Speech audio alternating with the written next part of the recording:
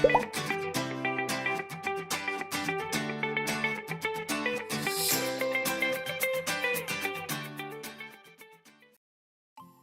Girl Scouts of Greater South Texas. Are you ready for some more virtual fun? Let's get started with the Girl Scout Promise and the Girl Scout Law. You're going to raise your right hand, pinky goes down, thumb goes over your pinky, and we'll do the Girl Scout Promise first. If you don't know the promise, you can repeat after me, but if you do know it, definitely say it with me. On my honor, I will try to serve God and my country, to help people at all times, and to live by the Girl Scout Law. Now we're going to say the Girl Scout Law. And again, if you don't know it, repeat after me. But if you do know it, definitely say it with me. I will do my best to be honest and fair, friendly and helpful, considerate and caring, courageous and strong, and responsible for what I say and do. And to respect myself and others, respect authority, use resources wisely, make the world a better place, and be a sister to every Girl Scout. Now let's get started.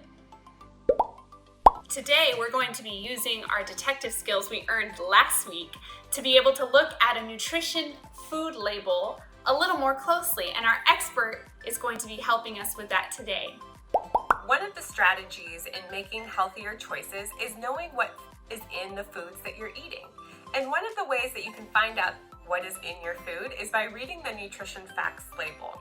Now, nutrition facts labels are required to be on most foods that you find at the grocery store, and these are required to be on foods because it educates the consumer about what the ingredients are, as well as the nutrition information in the product. And so it can help people make healthier choices if they know if a product is high or low in something that they're trying to limit or eat more of in their diet. Today's example is my favorite Girl Scout cookie, which is Tagalongs. In some areas, they have peanut butter patties, a very similar cookie, but I think Tagalongs are definitely my favorite cookie. On the food, it might be on the back side or on the other side, either the back or the side panel, is the nutrition facts label. You can see that there, and what do all these numbers mean? And it can look really confusing, and I think that's why some people don't even bother to look, because it's hard to stare at all these numbers and what does it mean? And I'm going to guide you through that today so you can pay attention to the more important part of the label. One thing that's required is saying how many servings are in the container. So the nutrition facts are not for the entire box of cookies. Instead, the nutrition facts label is for the information for one serving of cookies. Now, in this example, one serving of cookies is 2 cookies, and there are 7 servings of cookies in this container. So there's only 14 cookies in here. And again, this nutrition information is not for eating the entire box of the cookies. It's just for having a couple of cookies, maybe for dessert or a little snack. So clearly we see how many servings are in here and that this nutrition information is for 2 cookies. The first thing we'll see really big and bold, which is part of the new nutrition facts labels that were released in 2020, is calories. 140 calories, big and bold. So we know that 2 cookies provides 140 calories, and calories is a unit of energy. And we need energy from food. That's why we eat food, to give us energy and vitamins and minerals for the body to function. But we don't want too much, and it's good to look at how many calories are in a product so that we don't get too many calories. Only what we need. Underneath that will be fat, and first will be total fat, because there are different types of fat. In this example, this serving of cookies has 8 grams of total fat, and underneath it you see the different amounts of the different types of fat. So it lists saturated fat, trans fat, polyunsaturated fat, and monounsaturated fat.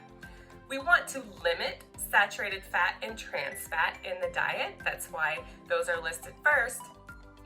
And we want to have more of our fats coming from polyunsaturated and monounsaturated fats. Underneath that will be cholesterol.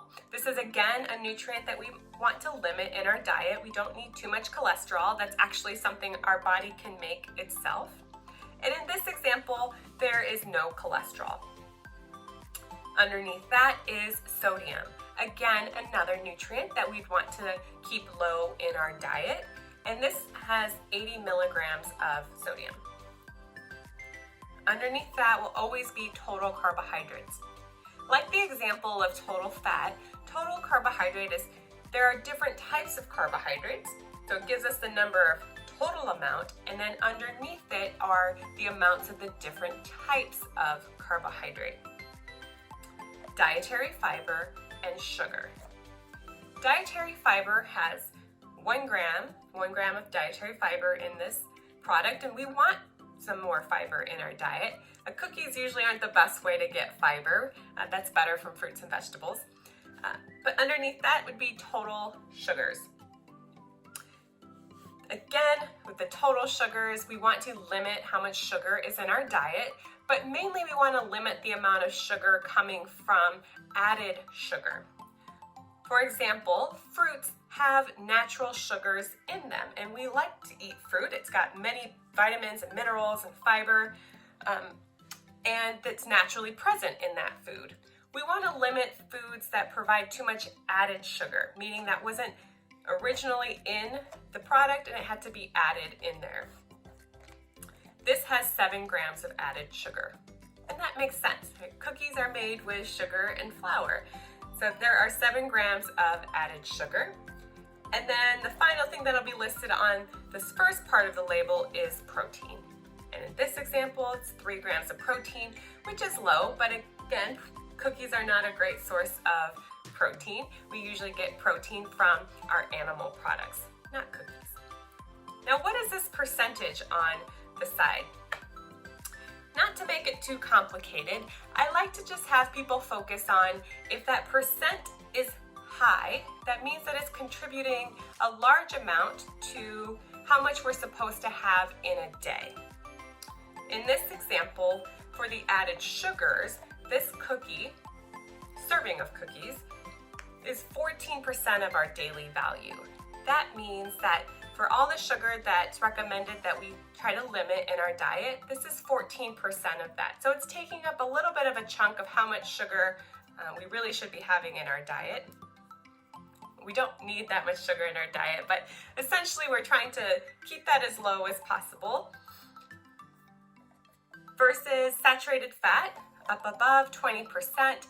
That means that's a good contributor to our total amount of saturated fat that we're allotted to have in a day, or is recommended to have in a day. So if something's a really high number, that means that it's a high source of that nutrient, and if it's low, that means that it doesn't contribute a large amount to the diet.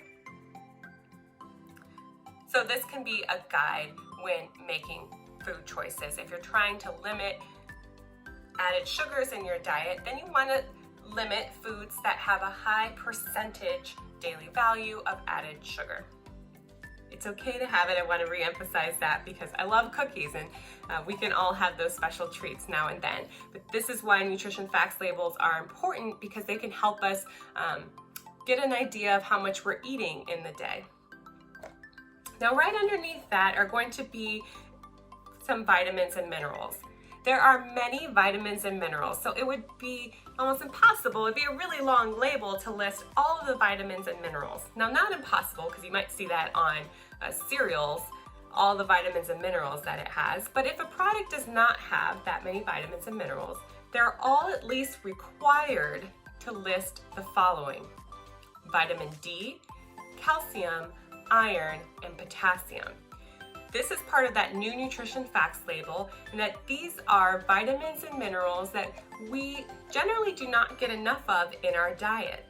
So it's good to see if this food source is a good contributor of these important vitamins and minerals in our diet. At the end of the ingredients list, or somewhere listed on the product, needs to be very bold if the product contains any of the major allergens, which are nuts, wheat, soy, milk, fish, for example. And this product does have peanut, wheat, soy, and milk ingredients. And this is bolded and made easy to see in case someone has an allergy. It needs to be easy for them to find if this is a product that has something that they're allergic to. So you can see that the nutrition facts label has A lot of information in there, and it can look really overwhelming to see all of these numbers. But again, I like to tell people that this is better used as a comparison tool. So if you're looking at two different products and you know that you're trying to limit sodium in your diet, you could look at both of those products that might look very similar and choose the one that is lower in sodium. Maybe you're trying to increase vitamin D in your diet. Again, you could look at that nutrition facts label and look for the product that has more vitamin D. These are providing a lot of information for the consumer to help them make the best choice for them. Eating healthy foods does not have to be boring. Unfortunately, I feel a lot of people think that a healthy diet means boring, bland food. When I think a healthy diet means lots of yummy, colorful, flavorful foods. And I challenge you to find 3 foods in your house that are good for your health. Now I'm curious what foods you picked out. I have a few that I'd like to share. Apple. An apple, this is a giant apple, and I love fruit. All of the fruit provides many vitamins and minerals and fiber, which can help us go to the bathroom more regularly and also take care of our gut and really keep things moving and healthy. And fruits and vegetables are a really good source of that. Now, what's interesting, you might notice there's not a label on here. Well, it's not required to be on generally fruits and vegetables, foods that are not processed. So the less processed the food, you're not going to find a label on there. But fruits and vegetables, those are healthy foods that provide a lot of energy, vitamins, and minerals for the body. Another healthy food that I found in my house was milk. I have milk every day, and it's a really good source of protein as well as calcium and vitamin D, and is low in sodium, and just a really good nutritious source, whole source of a lot of vitamins and minerals. And the final food that I brought is black beans. Black beans are a really good source of fiber and a good source of protein. So you don't just have to get protein from animal products or milk. You can get it from nuts and seeds and beans. And I like to have them in a nice, easy, convenient way to add into my diet. I have some canned black beans, and I'm curious what foods you brought. Again, all foods can fit into a healthy diet. It's about what is your diet primarily made up of. If your diet is just cookie and candy, then you're missing out on a lot of the important vitamins and minerals that are in other foods like fruits and vegetables and beans and legumes. And the more that you're getting to that original source of the food, the more nutrition you're getting from that food. Now, it's okay to have some processed foods and some snacky foods and cookies and cake, but you want most of your diet to look like the beautiful fruits, vegetables, nuts, seeds, legumes, those delicious plant sources. So I challenge you to try a new food. Maybe you've never tried a pear or a plum. Now's the time to try it.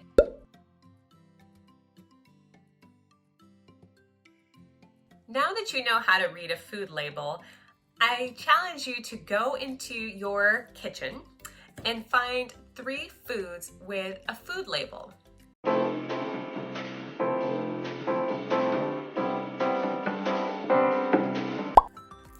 So if you've got your 3 foods or their 3 food labels, put them next to each other. Okay. Put them next to each other so that you see all of their nutrition facts at the same time. What I have in my example is a box of cookies that we talked about earlier. I've got a carton of milk, and I have a can of black beans. If I look at the nutrition facts labels, my cookies are 140 calories for a serving, 120 calories in a glass of milk, and 110 calories in my can of beans. Looking at your 3 labels, which one is higher in calories? Now in my example, my cookies are the highest in calories. One serving is 140 calories.